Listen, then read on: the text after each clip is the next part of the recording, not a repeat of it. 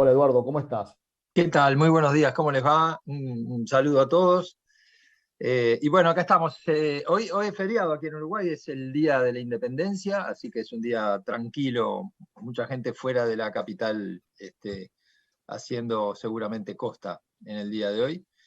Y bueno, sí, una realidad un poco diferente a la que contaba el amigo Ochoa y a la que percibimos aquí con nuestros vecinos argentinos. Aquí bueno, hay, digamos que una estabilidad diferencial y una política fiscal de búsqueda de equilibrios que se habían perdido en el gobierno anterior particularmente. Y bueno, tenemos una estabilidad que igual no deja de generar los mismos debates políticos que se generan en todas partes. Vamos a una elección muy pareja dentro de 2 años, pero a nivel de producción agropecuaria sí, la realidad de aquí es interesante. Creo que son los mejores años que hemos tenido últimamente. Sigue yendo, Eduardo, gente de otros países, básicamente de la Argentina y también de Brasil, pero me imagino que ahora es mucho más Argentina, a invertir en Uruguay. Sí, sí, sigue viniendo y gente de fuera de la región también está viniendo. Creo que hay particularmente una zona circundante a Maldonado Rocha, a Punta del Este y un poco más al este, donde hay muchos emprendimientos, también gente de Brasil. Sí, hay muchos emprendimientos. Uruguay se venía convirtiendo ya en un país cosmopolita y se interrumpió durante la pandemia y ahora se está retomando un flujo de gente que viene a establecerse aquí. ¿Esas inversiones tienen que ver con cuestiones productivas o inmobiliarias exclusivamente? Bueno, yo creo que es una combinación, pero sí, viene con una lógica productiva, también de calidad de vida. O sea, en general se viene a producir, pero en una zona que es agradable paisajísticamente, bien comunicada, cerca de la capital o del eje Colonia Rocha, digamos, en la costa preferencialmente. Eh, y bueno, creo que también la guerra ha llevado a gente en Europa a pensar en lugares alternativos, ¿no?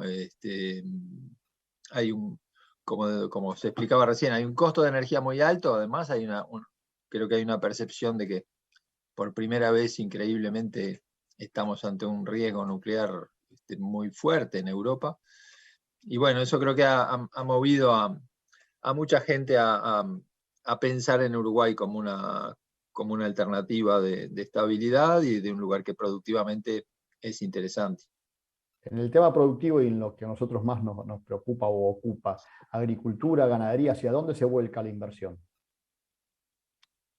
Bueno, yo creo que a las dos, esa llegada al este del país es más ganadera probablemente, pero hay interés en las dos líneas, digamos, tanto la ganadera como la agrícola. Incluso aquí el cannabis en su momento fue un rubro que atrajo mucho y sigue atrayendo. Todavía quedan algunos bucles legales por resolver, pero en lo convencional creo que tanto la agricultura como la ganadería generan un interés parejo. ¿Y el costo de la tierra sigue creciendo como en los últimos años o se ha frenado? El costo de la tierra se ha mantenido bastante estable. Te diría que $3.500 la hectárea ganadera promedio y $9.000 una hectárea agrícola buena. Es un precio que se ha mantenido razonablemente estable. ¿Y en ese sentido hay disponibilidad o es muy escaso la posibilidad de comprar tierra en Uruguay? No, no, hay disponibilidad, hay un mercado que no se ha movido con grandes volúmenes. Fue mucho más fuerte la entrada de argentinos en el comienzo de este siglo, cuando La crisis del cayó el 2000. primer conflicto fuerte con el agro, con el voto no positivo de Cobos, que marcó mucho, me parece. Allí fue mucho más fuerte y generó una transformación muy grande, y el precio de la tierra en Uruguay estaba muy accesible.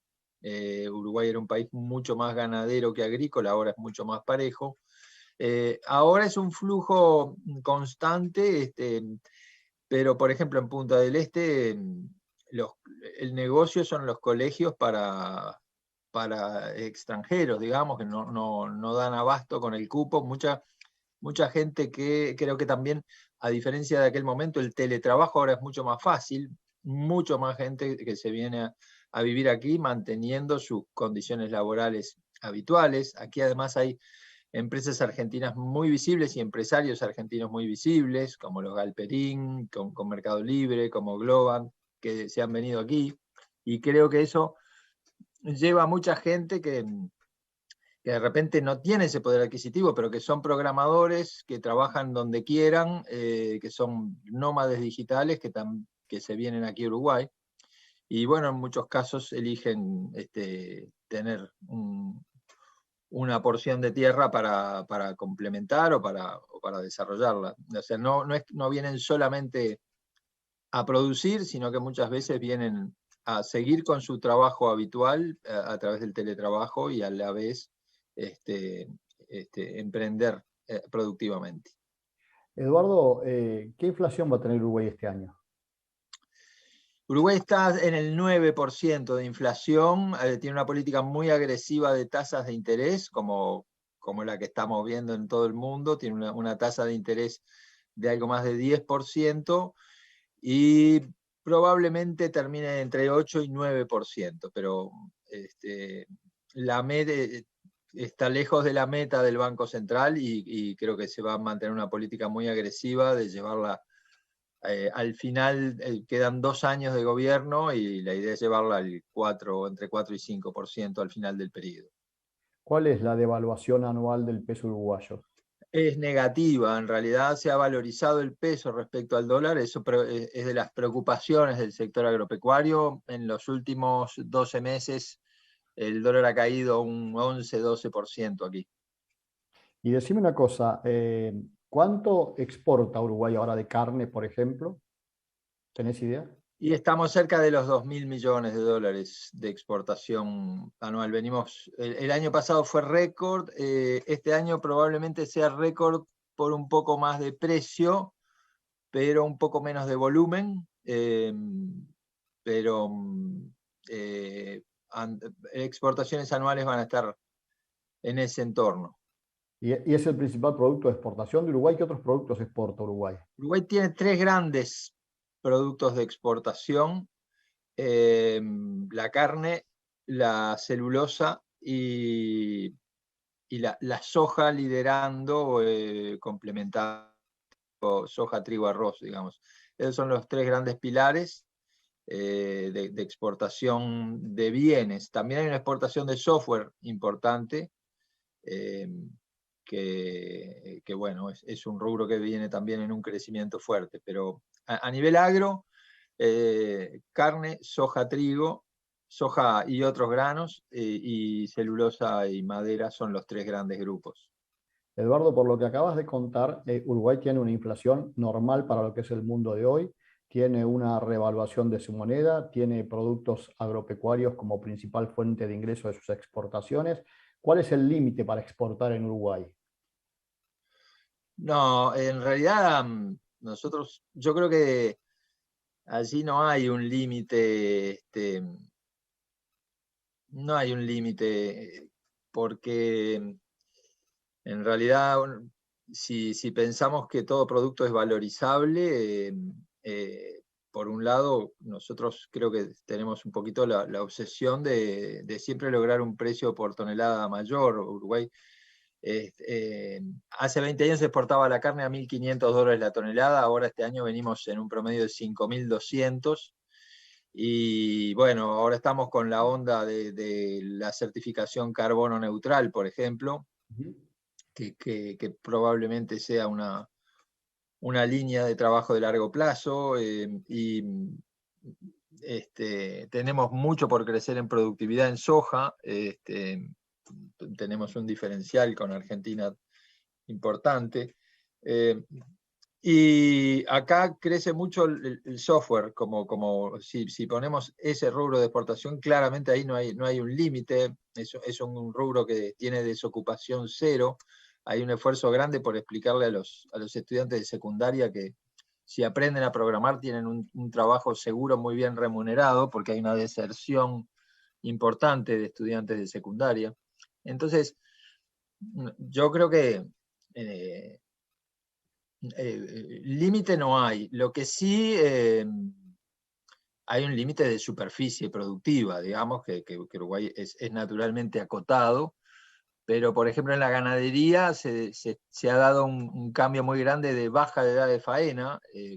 Prácticamente ya no quedan novillos de más de 3 años en Uruguay. Ha habido una intensificación muy fuerte de la recría y de un engorde final a grano para los últimos 100 días, en algunos casos 200 días, que ha generado un salto en la faena con el mismo rodeo, pero se faena mucho más.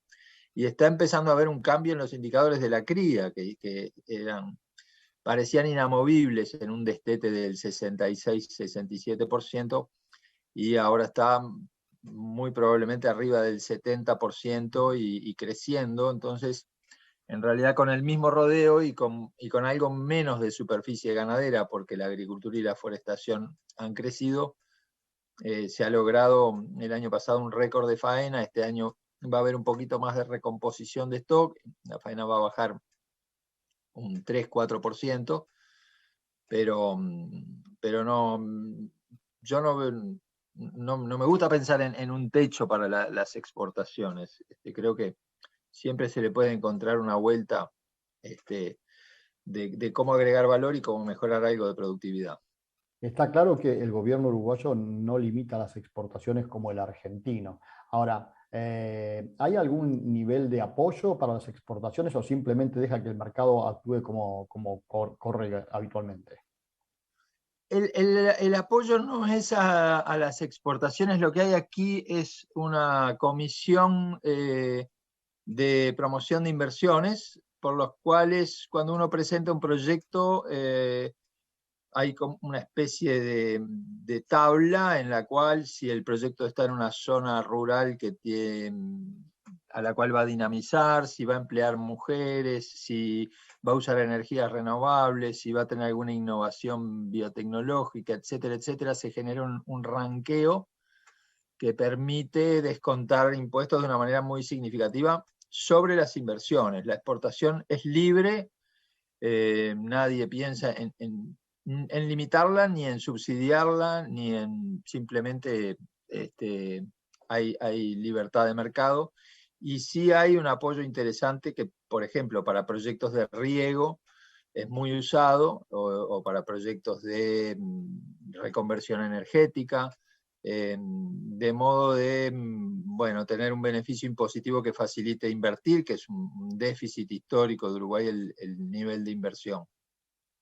Y decime una cosa, a nivel impositivo, en los últimos tiempos, ¿ha crecido la presión impositiva en Uruguay o se mantiene? No, acá en campaña electoral siempre hay que decir que no se van a subir los impuestos. Incluso es algo que trasciende los partidos políticos, digamos, ¿no? Todos los políticos hacen campaña diciendo, si ganamos nosotros, los impuestos no van a subir.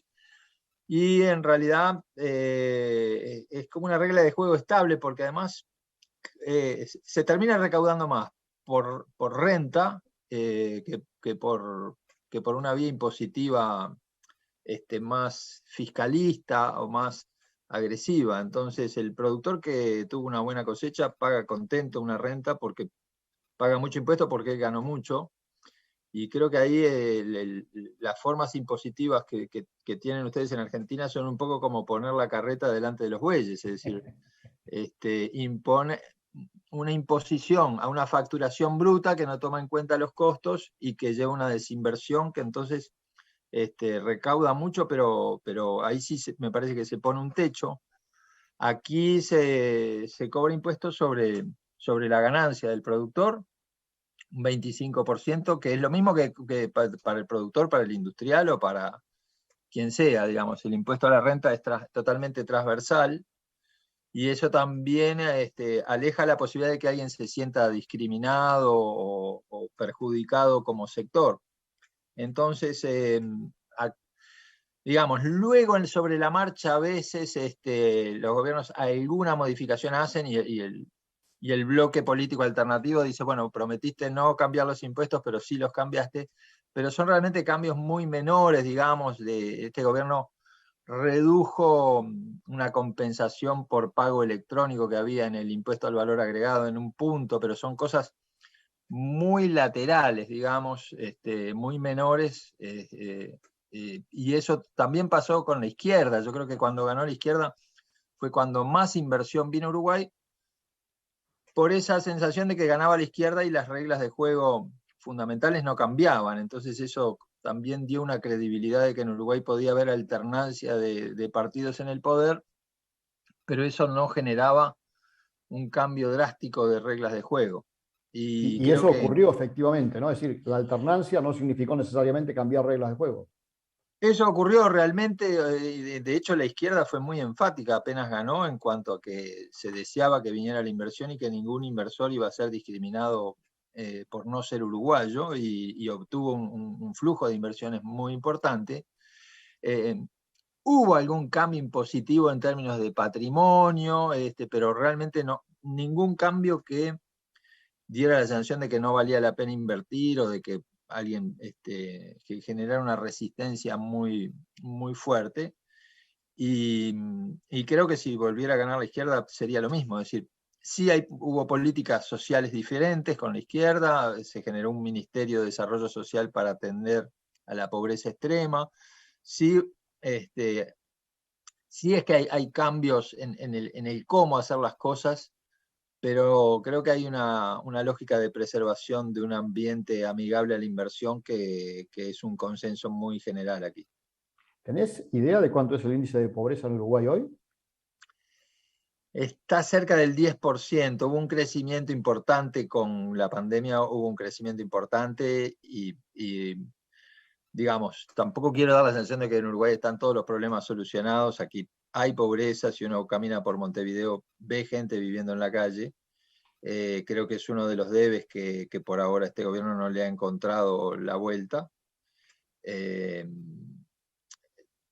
pero bueno, creo que está dentro de niveles que si no ocurre otro suceso así tan disruptivo como la pandemia, Uruguay está en condiciones de en un mediano plazo bajar eso de una manera significativa. ¿Cuál crees que es la mayor preocupación que hoy tiene un productor agropecuario más allá del tema del clima en Uruguay? Más allá del tema del clima, la preocupación permanente del productor son los costos de Uruguay. Uruguay es un país caro, justamente por tener una moneda muy fuerte, por tener un dólar en baja. Tiene un costo de energía que es muy más alto que el de Argentina. No tenemos petróleo, tenemos buenas energías renovables, pero que no son baratas. Hay una preocupación permanente por el tema costo-país. Después Uruguay es un país muy ovejero y tenemos un problema muy grande con la cantidad de perros que se han vuelto silvestres y que a la producción ovina la complican muchísimo por ataques de perros a majadas, y allí hay un reclamo al Estado muy fuerte de los productores, pero a la vez es un problema de muy difícil solución. Por un lado, porque el Estado no puede salir a matar perros al campo; por otro lado, porque las organizaciones protectoras de animales son muy fuertes y impiden acciones que impliquen crueldad hacia los perros, y los perros se reproducen. Creo que somos el país con más perros por habitante del mundo. En los productores ovejeros eso es una preocupación muy alta, pero en general la preocupación permanente te diría que es el costo país que tiene Uruguay, que realmente es un país que económicamente funciona bien, funciona estable, pero donde el costo por kilo de producto generado es alto, y naturalmente que en la producción agrícola el costo de los fertilizantes es un motivo de mucha preocupación, porque bueno, como comentaban también ustedes antes, en Europa el precio de la energía y del gas en particular es muy alto. Eso para los nitrogenados es todo un tema. Entonces, te diría, el costo de producción es la gran preocupación, más allá de que del clima, la niña y eso que también tiene a los productores mirando los pronósticos con ansiedad todos los días. De todas maneras, con los precios actuales, este ha sido un buen año para el productor uruguayo.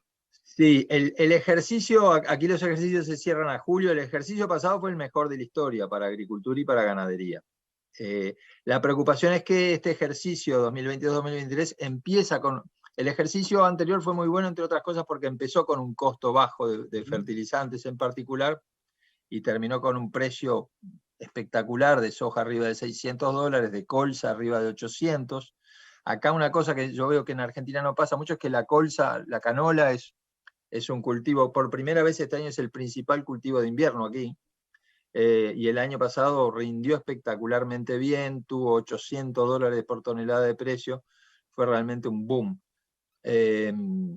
Ahora los cultivos no están tan bien como el año pasado, se empezó con un precio, con un costo de producción muy alto y bueno, hasta hace 10 días había preocupación porque los precios en Chicago aflojaban y aflojaban. Ahora, como explicaba Ochoa, ha habido un repunte y hay un mercado moderadamente alcista y hay un poco más de tranquilidad, pero de nuevo, la preocupación de emprender cultivos que si uno le pone el costo de renta en trigo anda cerca de $1.000 el costo por hectárea, eso para los agricultores es todo un desafío esta zafra, porque bueno, si el precio cayera mucho en los próximos meses, es una zafra que puede terminar en rojo. Eduardo, la última para no llevarte más tiempo. ¿Cómo estás viendo el mercado mundial de carnes y en particular el de la región? Yo lo veo muy bien al mercado internacional de carnes. Está muy dependiente de China, pero yo creo que tenemos varios años muy positivos por delante con la carne vacuna porque ha habido un cambio comportamental en China de migrar de la carne de cerdo a la carne vacuna, que es realmente un cambio muy trascendente. Y creo que en el resto de Asia, varios países emergentes como Vietnam, como Singapur, Indonesia, Malasia, van a recorrer ese mismo camino. Por otro lado, veo que Estados Unidos tiene una sequía muy estructural en las zonas ganaderas del oeste y entonces la respuesta productiva de Estados Unidos la veo limitada. Hay que ver qué pasa con Brasil, si hay un cambio de gobierno, si sigue una expansión del área ganadera sobre áreas de selva, que es muy cuestionada en el mundo y cada vez va a ser más, pero puede ser que la producción de Brasil se empiece a estabilizar. Pero bueno, creo que la carne tiene que tomar los temas de cambio climático en serio porque si no va a perder el crédito de los nuevos consumidores. Creo que entre mujeres jóvenes el consumo de carne cae mucho y creo que eso es algo que hay que prestar atención pensando en un muy largo plazo, pero bueno, creo que tenemos la obligación de pensar eso, ¿no? Si la ganadería no se toma en serio, que tiene que amortiguar su efecto en el clima, su demanda de largo plazo va a estar cuestionada. Pero por los próximos 4 o 5 años, yo creo que vamos a tener condiciones muy firmes en el mercado de carnes.